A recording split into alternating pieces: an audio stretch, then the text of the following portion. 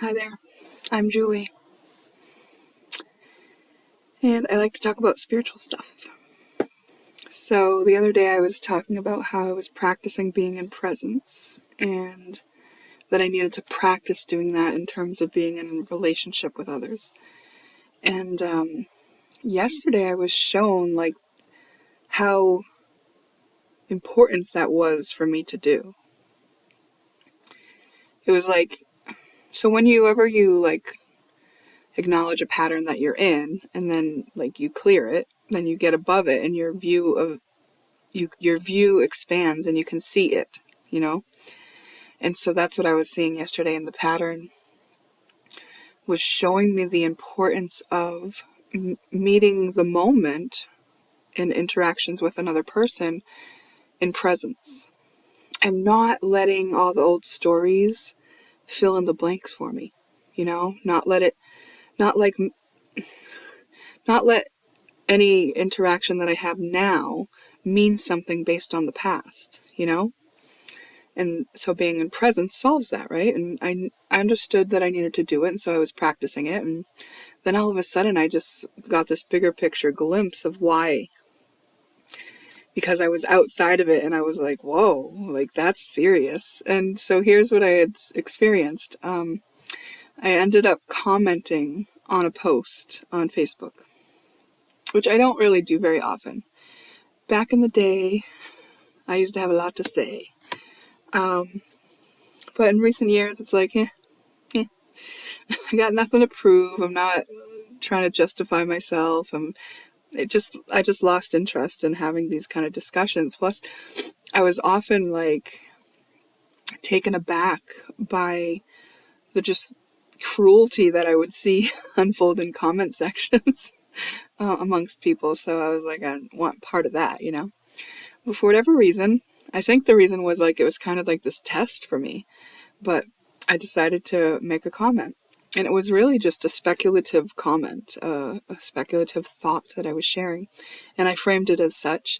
And I kind of gave a little bit of a reason on why I was thinking that. Well, the comments that ensued in response to what I had said were well, first of all, I didn't get triggered. So that told me something about myself, which was that I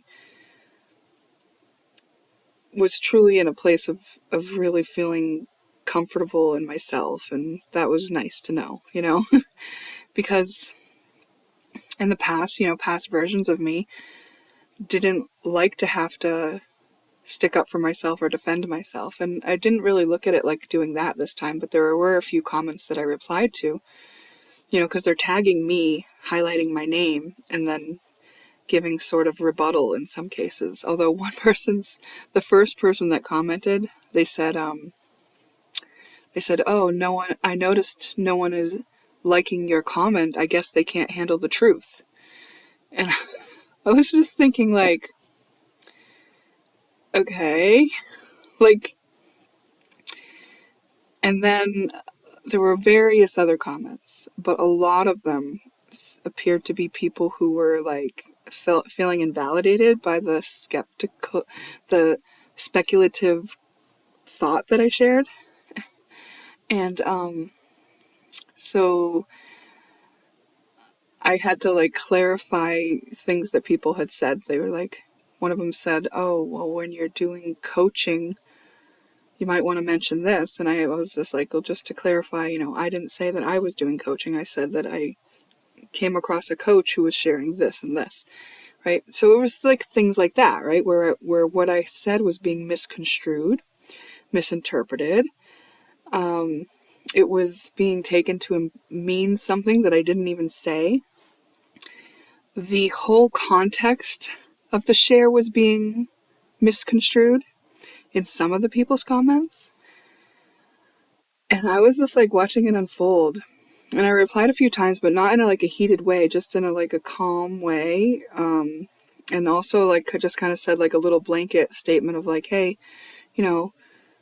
it appears that some people may feel invalidated by what I've shared here. Listen, that's not my intention. And what you think and feel is just is valid for you, and you shouldn't let a comment on the internet take from you. Like, because I could see people were like triggered or whatever by what I had said. So I was like, okay, this is interesting. But then like someone commented, well, on behalf of the others, and said, well, I think that what you said could be interpreted this way and means this. And I was just like, I literally said maybe. It was a speculation.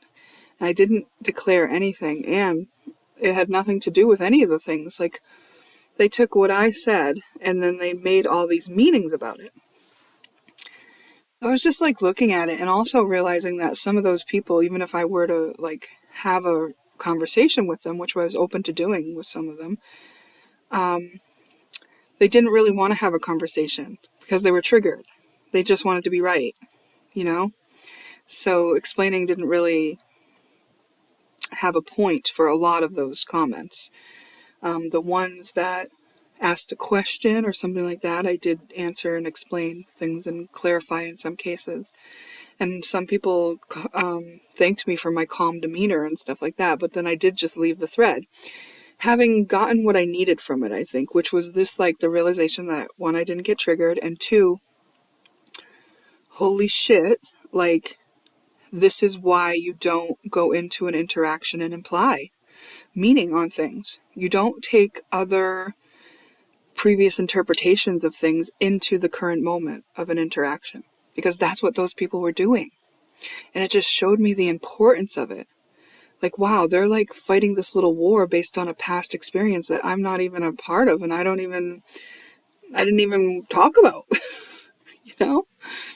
And it was pretty interesting to see it from that angle. And the third thing that I thought that I got out of that was like critical thinking is maybe something that should be required of people who are going to comment on the internet, you know?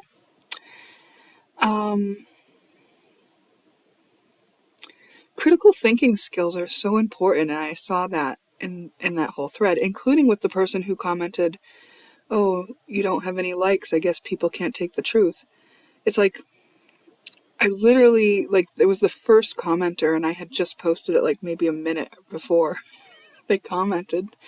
So it's like not critical is you're not using critical thinking skills if that's the perspective you have of a post or a comment that was made 1 minute before yours, that, oh, people must not believe it since there's no likes on it 60 seconds after you pressed submit.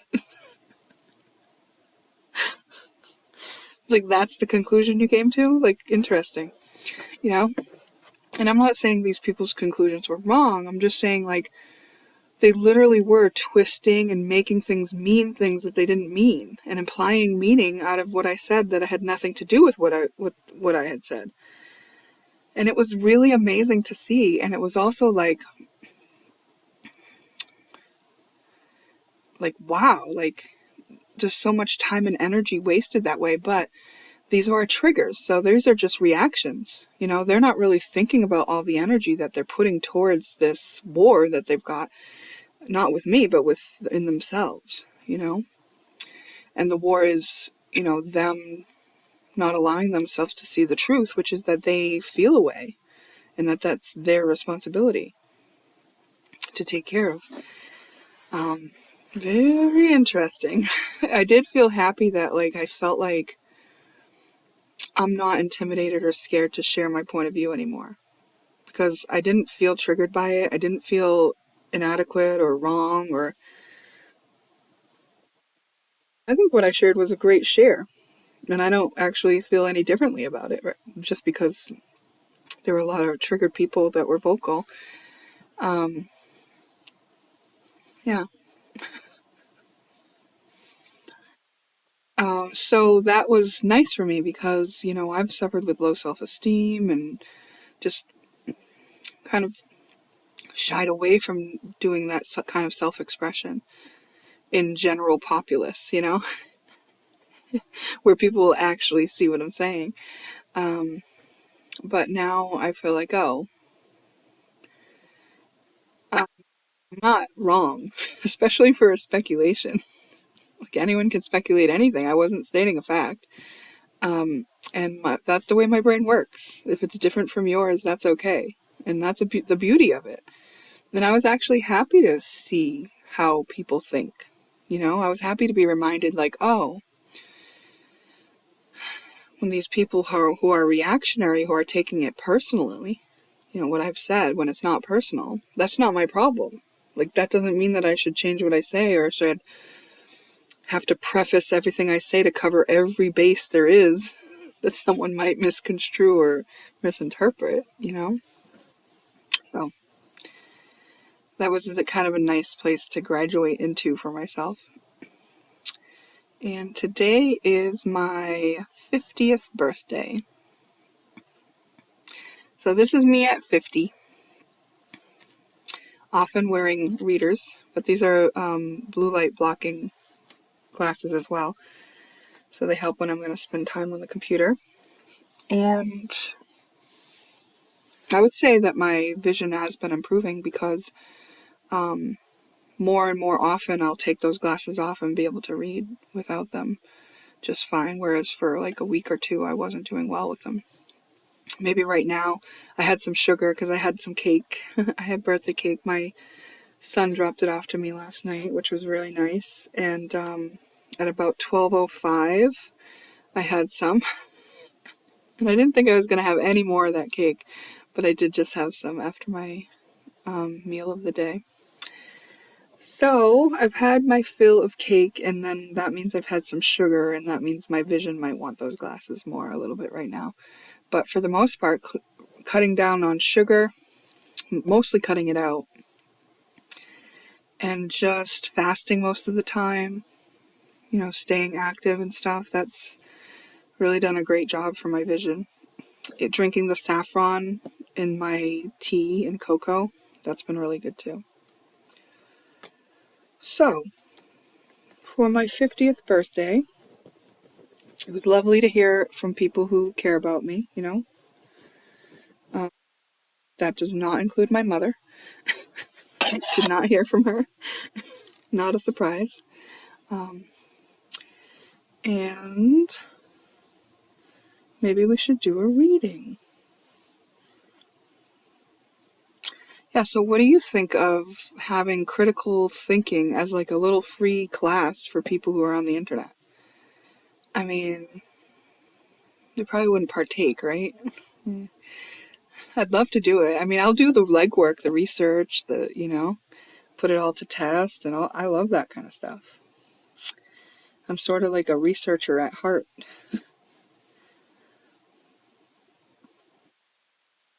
Okay, let's see. So today I did get to see all of my kids and my grandkids. That was really nice.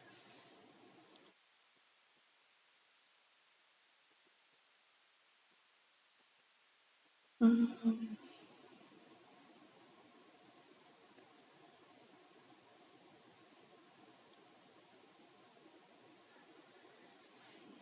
I'm just pulling up the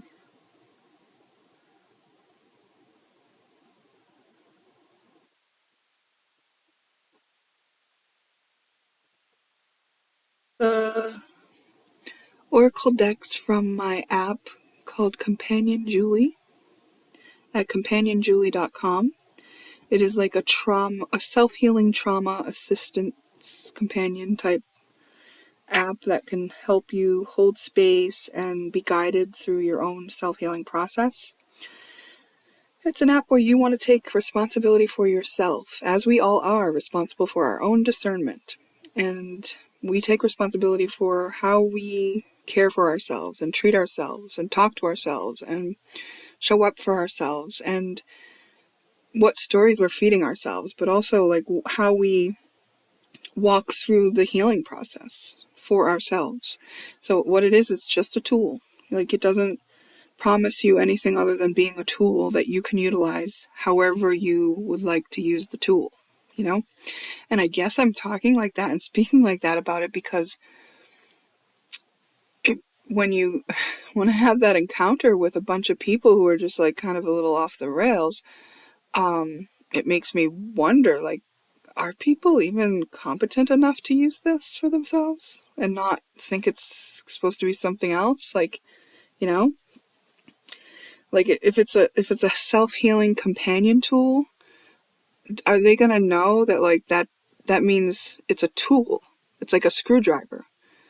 If you have a job and a screwdriver is the appropriate tool for it, then you use the screwdriver. You got to learn how to use the screwdriver. You learn it how it works for you. There's no guarantees. You don't get to sue somebody if you don't use the screwdriver right. It's just a tool. How you use it is how it works for you. Like, you know? I just feel like, geez, guys. I love you and all, but dang. I hope that you do, find peace with what you're going through so you can stop trying to sling it on everybody else. Let's see what the astrology oracle says. And I don't mean you, I just meant in general, people who may not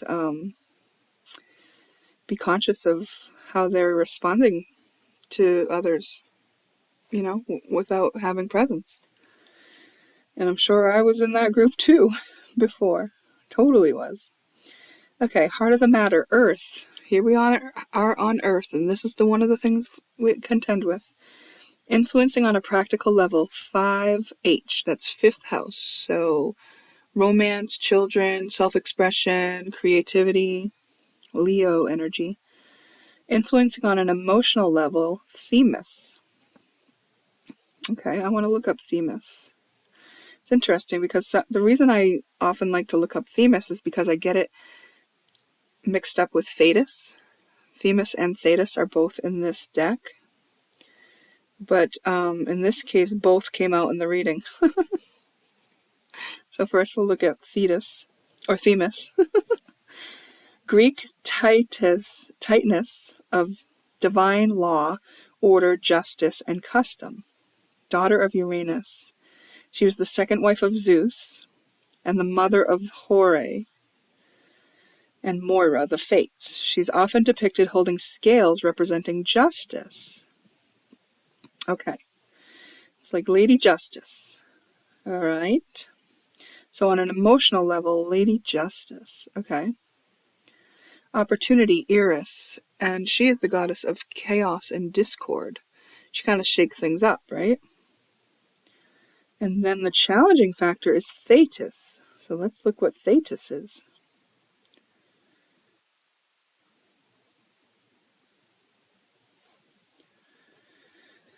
The sea nymph in Greek mythology, one of the 50 Nereids, most famous as the mother of Achilles, known for her marriage to the mortal Peleus, an event that indirectly led to the Trojan War, for her attempts to protect her son Achilles, which included dipping him in the river Styx, leaving his heel vulnerable. Okay. But what is she known for?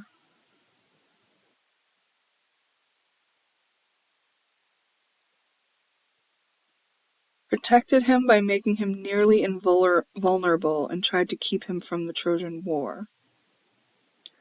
Was Zeus in love with Thetis? Zeus was in love with Thetis, a sea nymph, but received a prophecy that Thetis' son would become greater than his father, just like Zeus had dethroned his father, to lead to the succeeding pantheon of gods. In order to avoid such an outcome, Zeus arranged for her to marry a human, Peleus.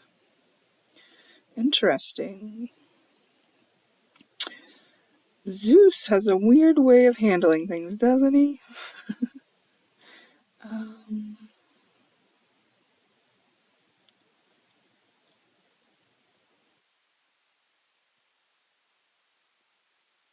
She possessed the gift of prophecy and the power to change her shape at will.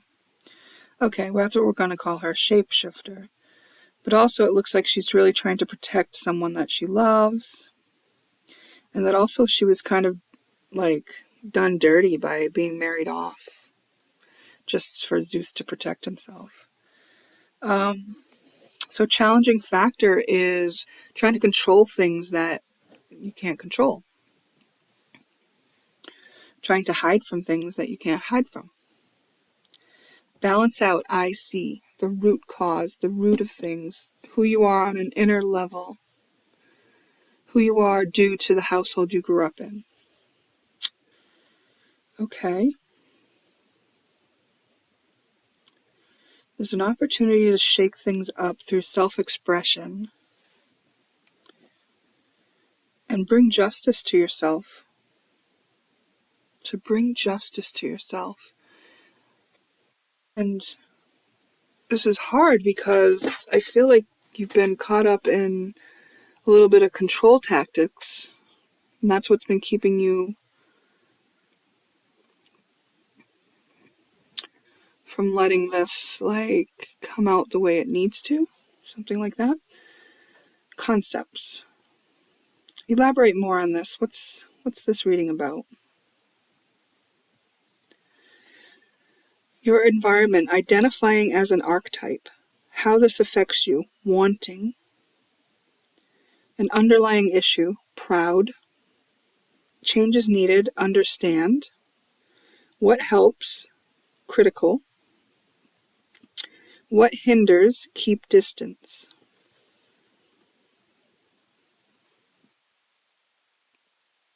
There's something you've decided you are, and you're not that.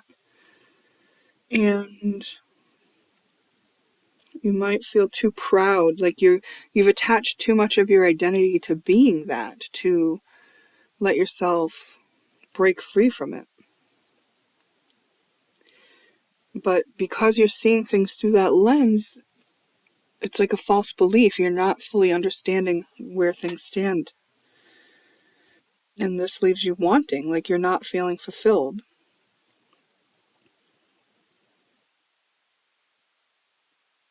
It's interesting when it says, what helps, critical. Is there something where it might be taken as a criticism that you need to share? Is there some truth that you need to share that could be taken? It could be taken as a criticism, but I also kind of want to use critical in a different way, which is like, it's a critical piece of information that needs to be shared to help balance the scales and give justice to your own emotions, which are stifled due to the way you grew up and the way that you've been holding yourself in a certain stance. Oh, I can't do that, you know? Yeah. Okay.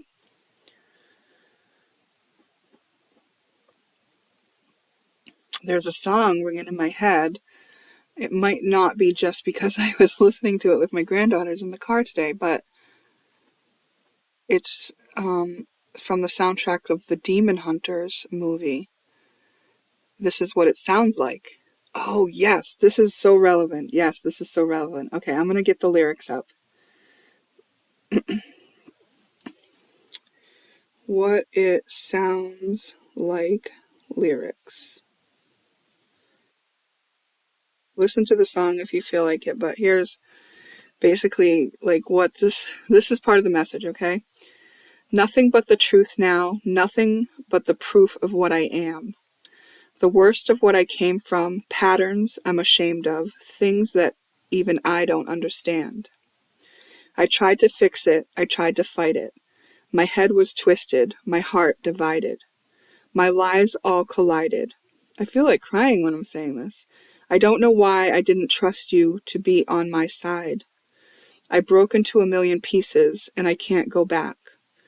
But now I'm seeing all the beauty in the broken glass. The scars are part of me, darkness and harmony. My voice without the lies. This is what it sounds like. Why did I cover up the colors stuck inside my head? I should have let the jagged edges meet the light instead. Show me what's underneath, I'll find your harmony. The song we couldn't write. This is what it sounds like. We're shattering the silence, we're rising defiant, shouting in the quiet, you're not alone.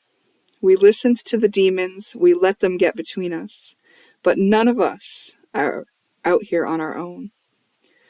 So we were cowards, so we were liars. So we're not heroes, we're still survivors. The dreamers, the fighters, no lying, I'm tired. But dive in the fire and I'll be right here by your side. We broke into a million pieces and we can't go back. But now we're seeing all the beauty in the broken glass. The scars are part of me. Darkness and harmony. My voice without the lies. This is what it sounds like. Why did we cover up the colors stuck inside our head? All right, so then it's just going to repeat. This is what it sounds like. Yeah, this song, this is it, okay? So yeah, it feels like something got away with you, and it maybe there could have been shame or just avoidance or denial, you know? It was, I don't think it was necessarily due to what, like feeling inferior or something like that. I think it was just like a coping mechanism that was solid.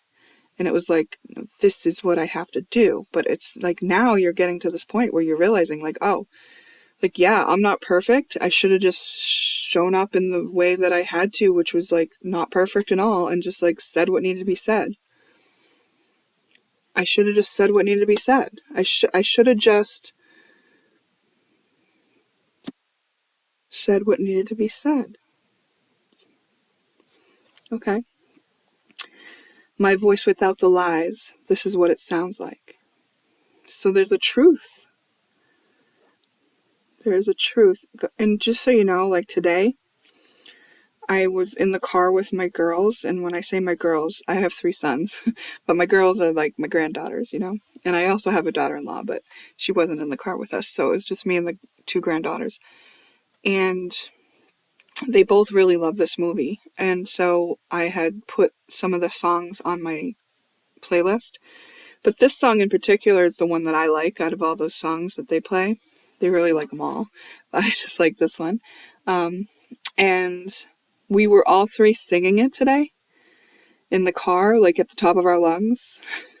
And it made me cry and give me chills and stuff, you know? It was really like a really, it was like a moment of like I just feel it even right now. I'm tapped into this place of like beauty, vulnerability, authenticity, you know? Yeah.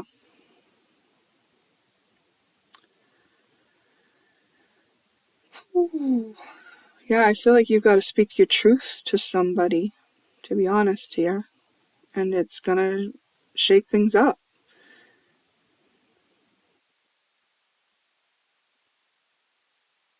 And one of the only reasons that you haven't done it is a pride issue. And pride is like making it all about you and either like poor you and how it affects you, or you're too above this, or you're not good enough for this, or however it is. It's like not thinking about there's this bigger picture, there's other things involved. And like also the thing that I said in the beginning of this video about how I was being taught to go in presence when I have an interaction with somebody so that I don't bring the past into it.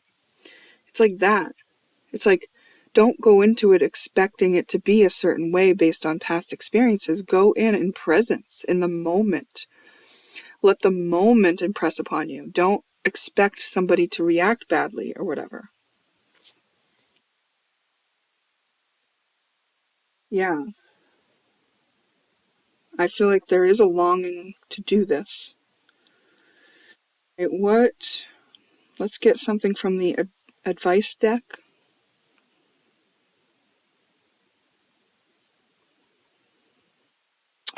Supportive resources, 9th house. That's the higher mind. 9th house is Jupiter, ruled by Jupiter. Jupiter energy is expansive and supportive resources, 9th house. It's higher learning. It's like, even if you don't have the wisdom on the, you know, that you'll gain through going through this experience, you have some knowledge. And that can be a support to you. Change is needed, reflection. I feel like it wants to say, like, you've been reflecting on this enough. You know, how many, How many times are you going to look at the same pieces of information over and over again? You need an experience to help you see something different. Add more, refill own cup. So don't go into this. We'll do a self-care pull after this to see what you can do to fill up your cup. But don't go into this, empty, needing something from the experience. Fill up your own cup first. Meaning like you have your own back, meaning like you're not hungry, thirsty, tired, you have, like I did when I went and made the post on Facebook that I was talking about earlier. Like I wasn't needing anything. I didn't need someone to agree with me. I didn't need anything. I didn't need them to understand me. I was just sharing a thought. And, it's saying like, go in already filled up within yourself. What to surrender? Patience. It's kind of giving the impression like you've waited already on this. Like this is, the waiting time is like, can be over. Opportunity is decisions. Is it softer or harder? This is a question that you can ask yourself, as you make decisions about what to do next. It's like, if I did this, is that softer or harder? This is, I think, is a question that I might have gotten from Teal Swan and added to this deck. But it's a way to help you decide, are you making things harder or not, for yourself or others? Is it softer or harder? And action to take, unrequited love, accept what is. Accept what is. Whatever that may be. Wherever this unrequited love is, on your part, on the other part, accept what is. That's what it's asking you to do. Okay? What was I saying about unrequited love recently? I was basically saying it doesn't exist because love is where we go to give, not get. And we are able to tap into our infinite well of love. Like it's in our heart and it doesn't dry up. And we can love ourselves. So you don't need somebody to love you back. You literally don't. Like you'll survive without that. I know that there's lots of studies about the effects on children who get neglected and all that kind of stuff and abandoned. But I gotta tell you, I haven't died of loneliness yet. Like I said, my own mother doesn't, interact with me in a way that like maybe typically loving mothers would. I still love her and I don't need anything from her. And if I can survive without a mother's love and a father's love, I don't have that either. I feel like, there's something to it when I say tap into your own well of love and just pour it all over yourself. You really, really can nourish yourself this way. Okay. And let's do self-care. Filling up your own cup. Give us some insights into what needs to be done there or what they're doing well. You're doing well to forgive them.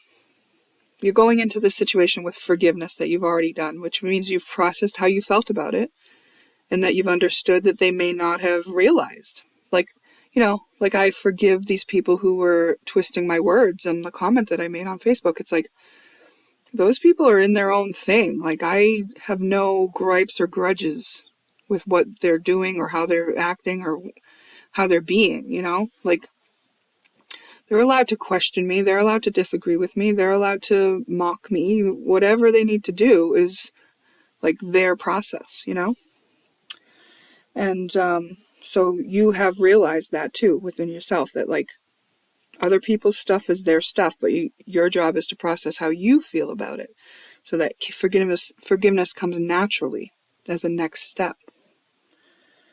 Add more footwear. Take the steps you need to take. Too much hug. Interesting. Too much hug. I mean, a hug is a physical thing, and I maybe want to say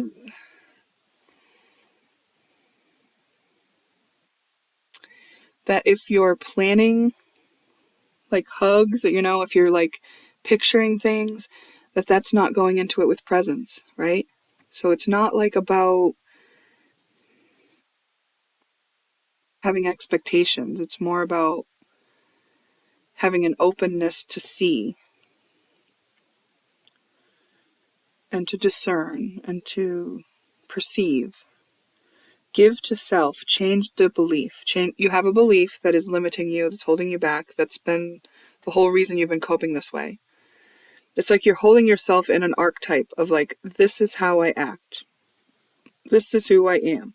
It does come from who you, were brought up to be, or who you became in order to survive your upbringing. But it served you up till now, and it's now ready to be changed. And it's highlighted in this situation. Give away a fresh start. Let the other person have a fresh start. You don't have to hold grudges from the past. When you go in with presence, let it be what it's going to be, whatever that may be. Solution, ask for help. Whether that be from this person or from someone who has knowledge, a mentor, a therapist, however you need this, whatever comes to mind. If this person can offer you help, ask.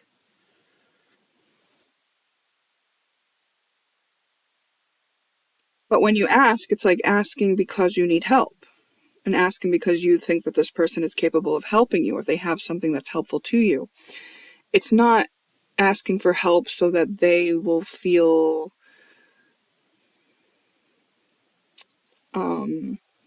at ease, so that they'll be more open to you because you'll be putting yourself in a vulnerable, inferior place. Nothing like that, Just make sure nothing like that slips into it.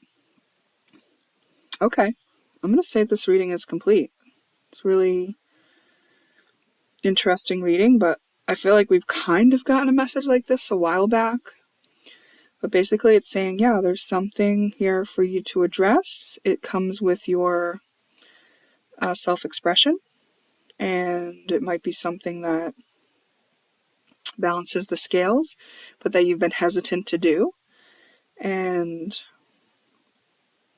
it will shake things up. And now's the time.